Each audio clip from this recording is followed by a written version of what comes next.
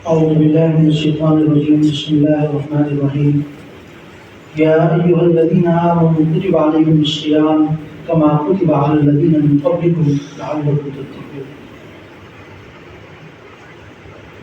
نبی اکرم صلی اللہ علیہ وسلم کی آخری امت پر اللہ رب العزت کے کچھ انعامات خصوصی کہلاتے ہیں. ویسے تو یہ امت ہی خصوصی امت ہے جس کو سب سے آخر میں لے کر آئے، لیکن کچھ امتیازات دوسری امتوں سے مختلف ہیں. جیسے میں نے آپ حضرات کے سامنے تلاوت کی، یا ایھا الذین آمنوا کتب علیکم الصیام کما کتب علی الذین من قبلکم.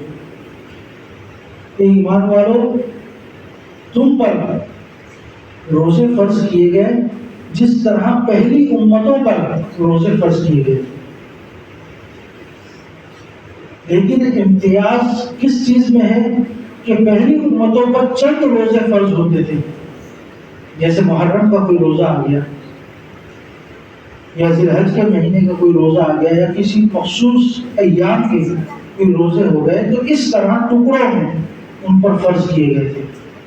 لیکن اس امت کا خاصہ ہے کہ اللہ رب العزت نے پورا مہینہ روزوں سے بھر کر ہمیں دے دیا ہے کہ پورا مہینہ میرے بندے روزہ رکھیں گے اور اس کی جزا پھر میں خود دوں گا. کیونکہ روزے کے بارے میں اللہ رب العزت نے فرمایا ہے کہ روزہ میرے لیے ہے اور اس کی جزا بھی میں خود دوں گا. تو جب ہمیں اتنی وافر مقدار میں اللہ رب العزت نے روزے عطا کر دیے تو یقیناً یہ اللہ رب العزت کا ہم پر دوسروں کے مقابلے میں بہت بڑا انعام ہے. اس کو اپنے لیے خوش قسمتی سمجھنا چاہیے.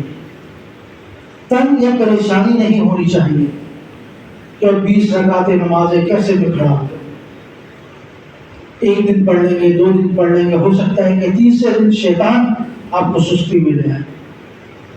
لیکن آپ کی کامیابی ہوگی کہ آپ شیطان کے مقابل کھڑے ہو جائیں.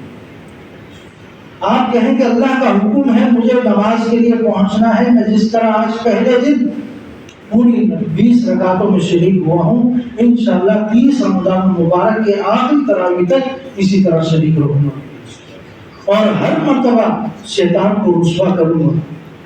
اس نیت سے آئے تو اللہ رب العزت آپ کو طاقت بھی دیں گے، ہمت بھی دیں گے، اور آپ کو اپنے اندر وہ ایک ایمان کی حلاوت بھی نظر آئے گی. پھر یہاں 20 رکعت کے لیے کھڑا ہونا مشکل نہیں ہوگا. ہم تو کوشش کرتے ہیں کہ نماز مختصر سے مختصر کر کے وقت زیادہ نہ لگے، کیونکہ کئی ساتھی ہمارے ایسے ہوتے ہیں جنہوں نے دن بھر مزدوری کی ہوتی ہے، پھر اگلے دن دوبارہ اٹھ کر مزدوری کے لیے جانا ہوتا ہے، ان کے لیے آرام کی بھی ضرورت ہوتی ہے. تو کوشش یہی ہوتی ہے کہ ہم نماز کو مختصر کریں. تو جس طرح آج یہ مجمع نظر آ رہا ہے، 30 رمضان مبارک آخری تراویح تک اسی طرح مسجد بھری رہے. تو ارادہ کرتے ہیں، اور سب سے بڑھ کر جو میں نے آپ حضرات کے سامنے تلاوت کی اس میں یہی آیت ہے کہ اللہ رب العزت نے پہلی امتوں پر روزے فرض کیے تو ہم پر بھی فرض کیے.